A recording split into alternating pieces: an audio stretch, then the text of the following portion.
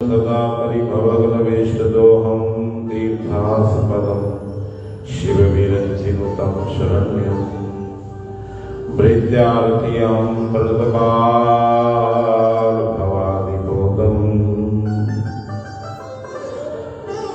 वन्दे महापुरुषते चरणारविन्दं वन्दे महापुरुषते चरणारविन्दं बोल श्रीमद्भागवत महापुराण की जय, संत भगवान की जय, गौ माता की जय, गंगा मैया की जय, सनातन धर्म की जय। आओ नमस्ते। बहुत बड़ी कृपा पसंदी हुई जो कथा दे विच पहला आके अपनी उपस्थिति नूं दर्ज कीता है।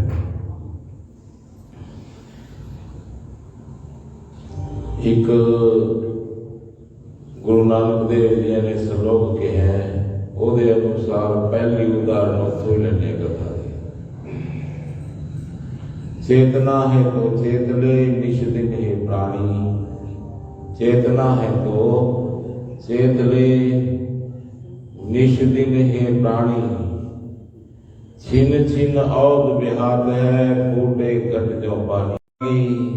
कोई कबीर बन गया, कोई फरीद बन गया, यही सुविधा दे विच लैस सी और लोग की बन गया, दुनिया बदल गई। चेतना नाल सीधा संपर्क हो गया, पूरे ब्रह्मांड दे हर हिस्से दे विच व्यापक हो गए लोग। किड्डी तकड़ी क्रांति है जे रब दे नाल संपर्क हो जाए इंसान दा। असल दे विच आपां जन्मनी मृत्यु शु मरणम तस्य कलेवरम, बार बार मरदा है जन्मदा है आदमी। क्यों बार बार आता है? क्योंकि ਉਹਦਾ मकसद हल नहीं हुंदा। जिदे मकसद हल हो गया मिट गए गबन पए विश्रामा, आने जाने मुक जाते हैं। ये नहीं है कि आप पहली बार जन्म लिया, जिदे दी पृथ्वी बनी है उदे दे आप शरीर बदल रहे हैं, परंतु आप मौजूद हाँ। ये परिवार, ये समाज, ये संसार अं बगिया रहे हैं। थोड़े ही फर्क होने खाने पाने दे, पहनावे दे, परंतु ये सूर्य, ये हवा, ये पानी, ये धरती, ये संसाधन जो प्राकृतिक ने ये उदों भी मौजूद सी, अज भी मौजूद ने। इस करके चेतना है तो चेतले निश दिन है प्राणी। निश रात नूं कहते ने, दिन कहते ने दिन नूं। हर समय उस दे विच ध्यानरत रहे। जे उसनूं प्राप्त करना है तो उसनूं जिवें मां बच्चे दे प्रति हर समय भावुक रहती है, इस तरह भावना बना। बाहरले संबंध सब एक दिन जिवें सागर दे किनारे महल एक लहर दे विच रेत दा ढह जांदा है, ऐं ये सब रिश्ते ऐं टुट जाते हैं। जे अंतर जगत दे विच आदमी जुड़ गया किवें ना किवें करके, हर प्रयास आदमी नूं रब दे नजदीक ले जाता है। ये नहीं है कि उस तो दूर आपां उसके कारण, ऐसा कुछ नहीं है। जिहड़ी दूरी उस तो अनुभव हो रही आदमी नूं, ये उसने कारण रखा है कि वह अपने आप ही दूर हो गया। समझे? धर्म की सिखाउंदा है, धर्म की सिखाउंदा है। धर्म सिखाउंदा है कि प्रकृति दे उन्हां हिस्सियां दे प्रति ब्रह्मांड दे नाल तेरा तालमेल की है, इस दे प्रति, और तेरा मकसद की है, इस दे प्रति सचेत रहे। तेरा भाना मीठा लगे, ये दो शब्द पूरी संस्कृति को बयान कर रहे हैं। अपने अपने इस भारत वर्ष की संस्कृति अपने गुरु वीर की कहते हैं कि जैसे वो रखे उसे दे विच राजी रह जो, जे सुरक्षित रहना। जिमें वो रखता है उसे दे विच खुशी जताओ, जो गरीब रखता है तो उसके विच भी मौज युक्त शामिल हो जो। थोड़ा अपना कोई इरादा ना होवे, कुछ भी होने दा, जैसा सोनू परमात्मा बना दे तुसी उसे दे विच राजी हो जो। उसका नाम है भक्ति। समझ गए? जा फिर रब नू राजी कर लो अपने लिए। दो ही ढंग ने, या तो रब च मिल जाओ या रब नू अपने च मिला लो। एक भक्ति का रास्ता है, एक ज्ञान का रास्ता है। मिलना लाजमी होगा, बिना मिले कौरू जैसे पूरी पृथ्वी दे 40 गंज जोड़ के चले गए, परंतु उन्होंने चेहरे के ऊपर मरते समय एक भयानक घबराहट देखी गई। मृत्यु उन्होंने सामने दहाड़ रही होनी, ऐसी उन्होंने अखा हो गई सी। 18 नरक बहाने के खड़े हो गए होने। उन्होंने चेहरे की भयंकरता दसदी सी कि सामने सब स्पष्ट दिखाई दे रहा है। धन आदमी को मृत्यु तो नहीं बचा सकता, धन ही सारा कुछ नहीं है जिंदगी दे विच। और ऐ भज दौड़ करे तो धन भी इकट्ठा नहीं होता। किते भुलेखा होवे भी कोई आदमी परिश्रम करके सफल हो गया, नहीं नहीं, कोई पूर्व जन्मां दा कर्म उदय हो गया जो उसने पूरी तमन्ना नाल करया होगा। नहीं तो बेवकूफ लोग धन दे ऊपर बैठे ने और बौद्धिक क्षमता के श्रेष्ठ लोग उन्हें निर्धन करते ने। जे किते संबंध होवे इस गल दा, जे परिश्रम की गल होवे तो सब तो वध दिहाड़ियां परिश्रम करता है। जे परिश्रम के ऊपर पैसा निर्भर होवे तो सब तो ज्यादा मेहनत एक दिहाड़ियां करता है। इस करके आदमी भुलेखे च ना रहे कि मैं कर लिया, नहीं नहीं, कोई कर्म उदय हो गया उसका। किते उसने मुट्ठी प्रेम पूर्वक बिना किसी पक्षपात दे विचों प्रेम चाके किसी की जरूरत वास्ते दे दी होनी, अज उसके लिए फलित होगी गल।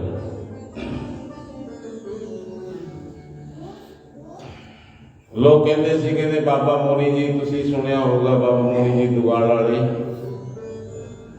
तो कहते हो पुत्र दे देते, बच्चा दे देते हो, परंतु ऐसा ही गल सी, ऐसी गल नहीं सी।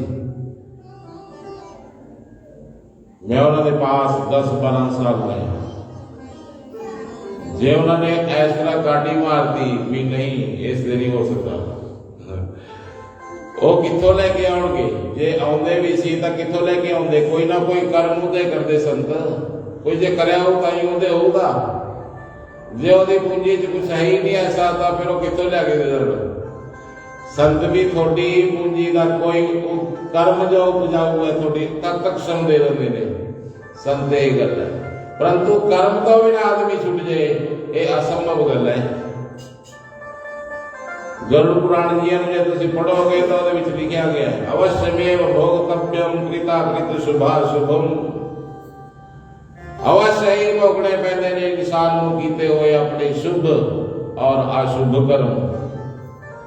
इस करके हमेशा सावधान रहो, ऐसा कोई कर्म ना हो जाए जिसनों भोगते हुए सिंगाड़ा मारनिया पैण। बेबस हो जाओ, लाचार हो जाओ और कुछ भी ना कर पाओ, कोई ऐसा कर्म ना उदय होवे, ऐसा कुछ भी ना करो। ये ना सोचो कि लंबा चौड़ा जीवन है, तब तक क्षण गुजरने वाला जीवन है, मिनटा चलेंगे, बहुत साल थोड़े भी और मेरे भी, और एक कदों शून्य हो जाओगे तो कोई पता नहीं। एक कोई निर्धारित डेट नहीं है, ना कोई हस्ताक्षर मिलते ने कि आदमी बूढ़ा होके मरूंगा। मृत्यु के योग्य उस दिन हो जाता इंसान जिस दिन वो पैदा हो जाता है। इस करके जड़े कुछ मिला हुआ अद्भुत समय इंसान के पास, बड़े भाग्य मानस तन पावा, सुर दुर्लभ सदग्रंथ गावा।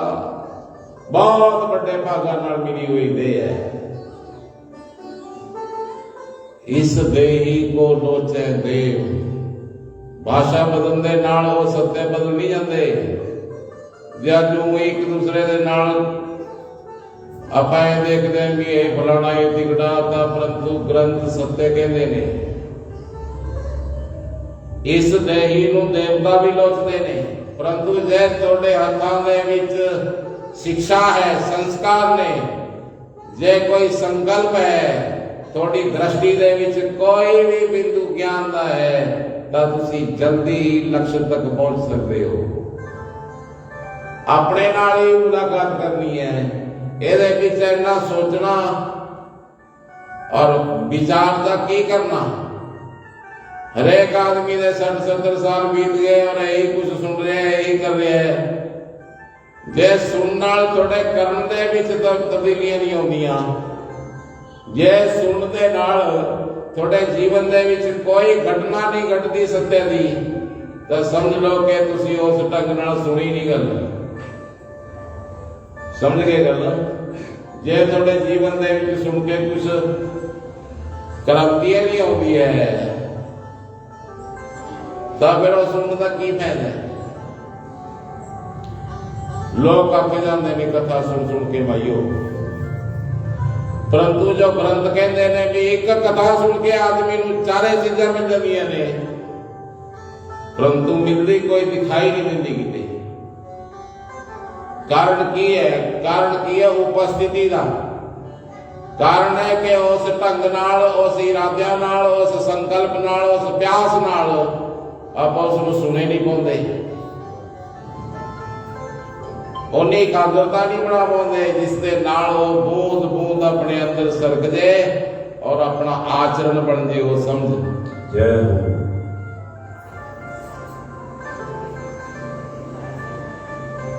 एक आदमी ज्ञान दे रहा सी, कहना सवेरे उठ के 3 बजे माला फेरनी चाहिए है, राम राम करना चाहिए, ध्यान करना चाहिए, ईश्वर को याद करना चाहिए। एक आदमी उठ के कहना महाराज तुसी कितने बजे उठ गए? वो कहना जी मैं तो 6:30 बजे उठा।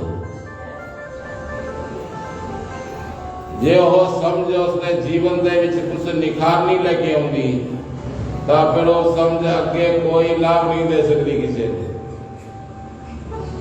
जे थोड़े पास समझ है कि सत्य की है और असत्य की है, और थोड़े अंदर संकल्प है कि रब नूं मिलना ही मिलना सारिया गल्लां छड्ड के, तो फिर लेट किथे है काम।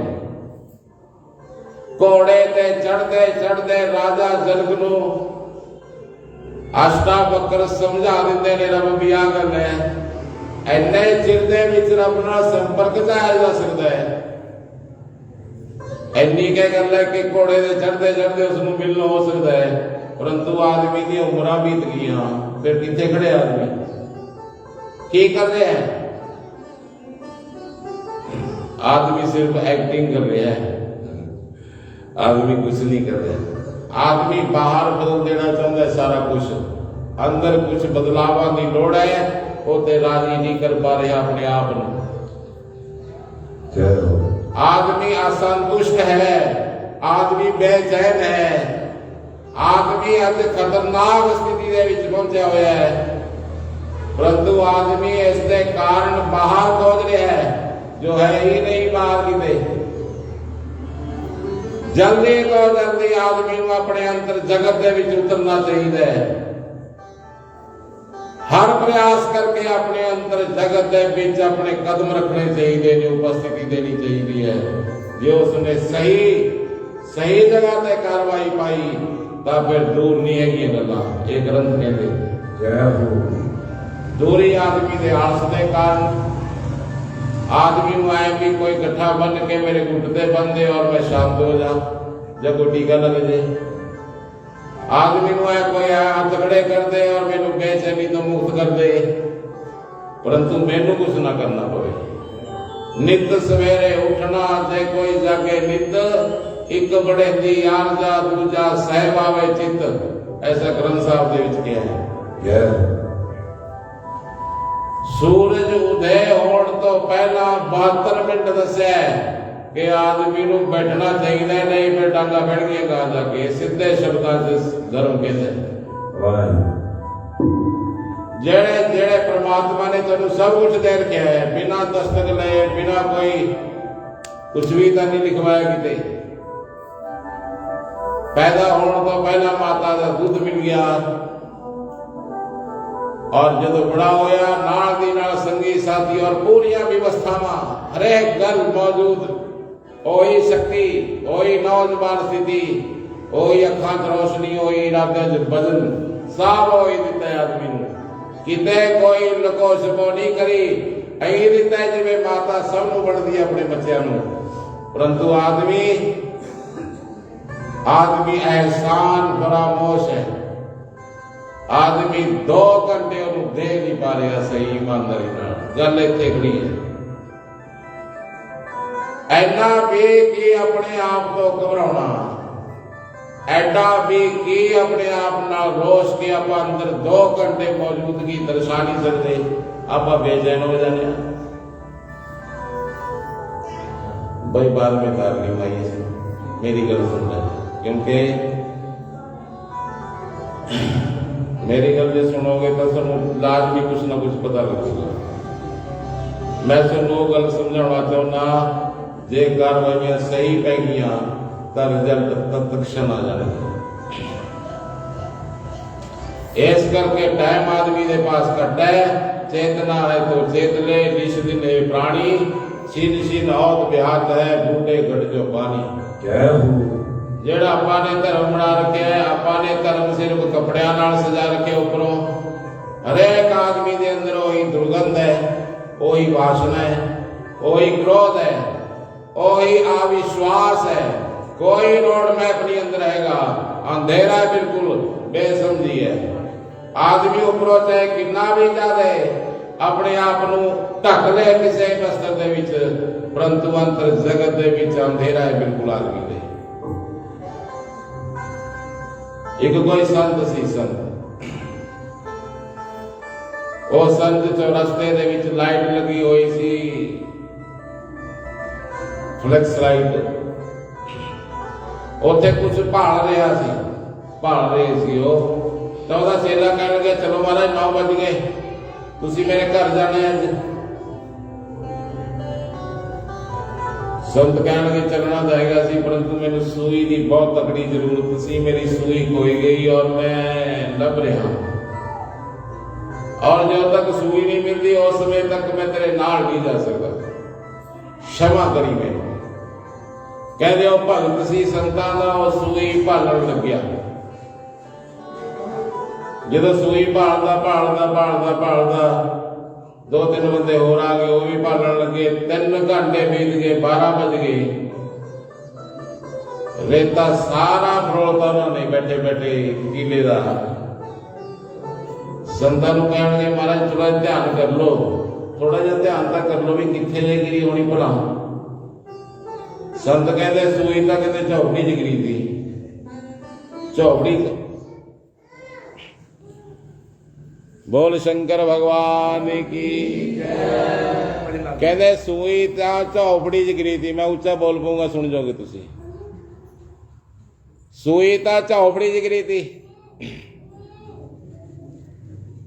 वो कह लगे महाराज फिर कही जी गल करते हो तुसी, तुसी ये भी कोई गल करने वाली है, तुसी उरे क्यों भाल रहे हो, फिर उत्थे मिलूगी।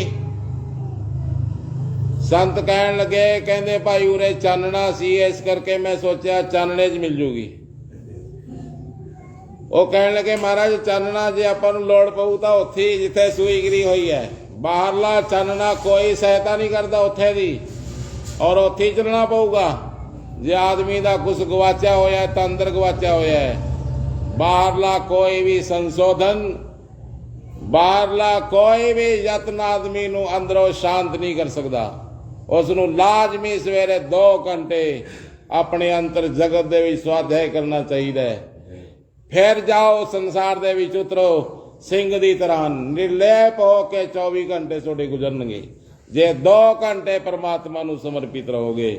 ਉਦੋਂ ਪਹਿਲਾਂ ਕੋਈ ਸੁਰੱਖਿਆ ਨਹੀਂ, ਗਰੰਟੀ ਨਹੀਂ ਦਿੰਦਾ ਧਰਮ ਇਨਸਾਨ ਨੂੰ, ਕਿਉਂਕਿ ਜੇ ਤੁਸੀਂ ਸਿਰਫ ਕਿਤਾਬਾਂ ਤੋਂ ਲੋਕਾਂ ਤੋਂ ਸਮਝੋਗੇ ਤਾਂ ਉਹ ਧਰਮ ਤੁਹਾਡੀ ਸਮਝ ਨਹੀਂ ਆਉਣਾ। ਧਰਮ ਆਊਗਾ ਅਨੁਭਵ ਨਾਲ। ਸਮਝ ਅਨੁਭਵ ਕਿੱਥੋਂ ਆਊਗਾ? ਜਦੋਂ ਆਪਾਂ ਅੱਖਾਂ ਬੰਦ ਕਰਕੇ ਆਪਣੇ 'ਚ ਉਤਰਾਂਗੇ। ਮੈਂ ਇੱਕ ਕਹਾਣੀ ਸੁਣੀ ਹੈ, ਕਹਿੰਦੇ ਇੱਕ ਮਿਸਤਰੀ ਔਰ ਇੱਕ ਦਿਹਾੜੀਦਾਰ ਦੀ ਦੋਵਾਂ ਦਾ ਪ੍ਰੇਮ ਹੋ ਗਿਆ। ਪ੍ਰੇਮ ਐਡਾ ਵੱਡਾ ਹੋ ਗਿਆ ਕਿ ਇੱਕ ਦੂਸਰੇ ਤੋਂ ਬਿਨਾਂ ਉਹ ਰਹਿ ਨਾ ਸਕਣ। ਸਵੇਰੇ ਇੱਕ ਹੀ ਮੋਟਰਸਾਈਕਲ ਤੇ ਜਾਂਦੇ, ਇੱਕੋ ਹੀ ਟਿਫਨ ਦੇ ਵਿੱਚ ਰੋਟੀ ਲੈ ਕੇ ਜਾਂਦੇ, ਇੱਕੋ ਹੀ ਜਗ੍ਹਾ ਤੇ ਖਾਂਦੇ ਔਰ ਇੱਕੋ ਹੀ ਦਿਹਾੜੀ ਮਕਾਨ ਤੇ ਜਾਂਦੇ। ਪ੍ਰੇਮ 12-13 ਸਾਲ ਹੋ ਗਏ ਸੀ। ਇੱਕ ਦੂਸਰੇ ਨਾਲ ਇੰਨੀ ਜ਼ਿਆਦਾ ਇੱਕ ਦੂਸਰੇ ਦੇ ਪ੍ਰਤੀ ਆਦਰਮਾਨ ਹੋ ਗਿਆ ਸੀ। ਕਹਿੰਦੇ ਇੱਕ ਦਿਨ ਇਹੋ ਜਿਹਾ ਹਾਦਸਾ ਹੋਇਆ, ਜਿਹੜਾ ਮਿਸਤਰੀ ਸੀ ਉਹ ਇੱਟ ਘੜ ਰਿਹਾ ਸੀ। ਕਹਿੰਦੇ ਉਹਦੇ ਹੱਥ ਦੇ ਉੱਪਰ ਤੇਸੀ ਲੱਗੀ ਔਰ ਅੱਧਾ ਅੰਗੂਠਾ ਵੱਢ ਗਿਆ ਉਸਦਾ। ਔਰ ਉਸਦਾ ਅੰਗੂਠਾ ਵੱਢ ਗਿਆ ਤਾਂ ਉਹਨੇ ਤੇਸੀ ਘੇਰ ਕੇ ਨਾਲ ਦੀ ਨਾਲ ਇਹ ਸਥਾਨ ਫੜਿਆ ਔਰ ਪੂਰੇ ਜ਼ੋਰ ਨਾਲ ਆਪਣੇ ਗੋਡਿਆਂ ਦੇ ਨੀਚੇ ਲਿਆ, ਮਾਨੋ ਅੰਦਰਲੇ ਦੁੱਖ ਨਾਲ ਡਿਫੈਂਸ ਕਰਨ ਲੱਗਿਆ। ਪੂਰੀ ਊਰਜਾ ਨੂੰ ਉਸ ਦੁੱਖ ਦੇ ਨਾਲ ਡਿਫੈਂਸ ਕਰਨ ਲੱਗਿਆ। ਤਾਂ ਉਸ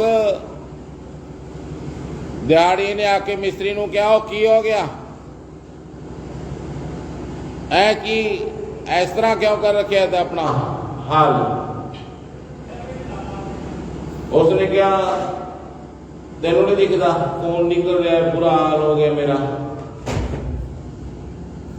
ਕਹਿੰਦੇ ਬੁਰਾ ਹਾਲ ਤਾਂ ਹੋ ਗਿਆ ਤਾਂ ਮੈਨੂੰ ਦਿਖਦਾ ਹੈ ਵੀ ਤੇਰਾ ਅੰਗੂਠਾ ਕੱਟ ਗਿਆ, ਪਰੰਤੂ ਮੂੰਹ ਐ ਕਿਉਂ ਕਰ ਰੱਖਿਆ? ਉਸਨੇ ਕਿਹਾ, ਬਹੁਤ ਦੁੱਖ ਹੋ ਰਿਹਾ ਹੈ। ਕਹਿੰਦਾ ਉਹੀ ਤਾਂ ਮੈਂ ਪੁੱਛਣਾ ਚਾਹੁੰਦਾ ਵੀ ਦੁੱਖ ਕਿੰਨਾ ਕੁ? Kilo, 2 kilo, 10 kilo? ਮੈਂ ਤੇਰਾ ਮਿੱਤਰਾ, ਮੈਨੂੰ ਸਹੀ ਸਥਿਤੀ ਦੁੱਖ ਦੀ ਦੱਸ ਕੇ ਕੀ ਹੈ? ਹੁਣ ਉਹ ਮਿਸਤਰੀ ਲਵੇ ਕਿਹੜਾ ਢੰਗ ਹੈ ਦੱਸਣ ਦਾ? ਕੋਈ ਢੰਗ ਨਹੀਂ, ਕੋਈ ਸ਼ਬਦ ਨਹੀਂ ਕੰਮ ਕਰੂਗਾ। ਮਿਸਤਰੀ ਨੂੰ ਗੁੱਸਾ ਆ ਗਿਆ ਉਸਦੇ ਪ੍ਰਸ਼ਨਾਂ ਤੇ। ਉਹ ਆਪਣਾ ਦੁੱਖ ਭੁੱਲ ਕੇ ਨਾਲ ਦੀ ਨਾਲ ਉਸਨੇ ਇੱਟ ਦੇ ਉੱਪਰ ਉਹਦਾ ਅੰਗੂਠਾ ਧਰਿਆ ਔਰ ਦੇਸੀ ਲਵੀ ਪਈ ਦੀ ਔਰ ਸਾਰਾ ਵੱਢ ਕੇ ਐਡੀ ਦੂਰ ਮਰੇ ਤੱਕ।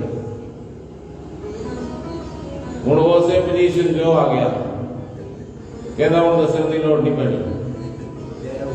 ਜੇ ਤੈਨੂੰ ਸਹੀ ਰੂਪ ਦੇ ਵਿੱਚ ਦੱਸਣਾ ਸੀ ਤਾਂ ਸਭ ਤੋਂ ਵਧੀਆ ਤਰੀਕਾ ਇਹ ਸੀ ਔਰ ਇਹੀ ਸੱਚਾ ਤਰੀਕਾ ਹੈ, ਇਹ ਤੋਂ ਬਿਨਾਂ ਨਹੀਂ ਦੱਸਿਆ ਜਾ ਸਕਦਾ। ਵਾਹ! ਜੇ ਤੁਸੀਂ ਇਹ ਗ੍ਰੰਥਾਂ ਦੀ ਭਾਸ਼ਾ ਸਮਝਣਾ ਚਾਹੁੰਦੇ ਹੋ ਤਾਂ ਅੰਦਰ ਜਗਤ ਦਾ ਗਿਆਨ ਇਸ ਦੇ ਵਿੱਚ ਸ਼ਾਮਿਲ ਹੋ ਜਾਊਗਾ। ਇਹ ਸਿਰਫ ਪੜ੍ਹਨ ਵਾਸਤੇ ਨਹੀਂ, ਨਾ ਹੀ ਆਰਤੀ ਕਰਨ ਵਾਸਤੇ ਦਿੱਤਾ ਇਨਸਾਨ ਨੂੰ। ਇਹਦੇ ਵਿੱਚ ਜਦੋਂ ਯਾਤਰਾ ਕਰੋਗੇ ਤਾਂ ਸ਼ੁੱਧ ਇਸ਼ਨਾਨ ਹੋ ਜਾਊਗਾ ਆਤਮਾ ਦਾ। ਸਿਰਫ ਅੱਜ ਕੱਲ੍ਹ ਕੀ ਹੈ? ਅੱਜ ਕੱਲ੍ਹ ਸਿਰਫ ਪੰਡਤਾਂ ਨੂੰ ਟੇਕੇ ਦੇ ਰੱਖੇ ਨੇ ਗ੍ਰੰਥਾਂ ਦੇ। ਸਿੱਖਾਂ ਨੇ ਭਾਈ ਜੀ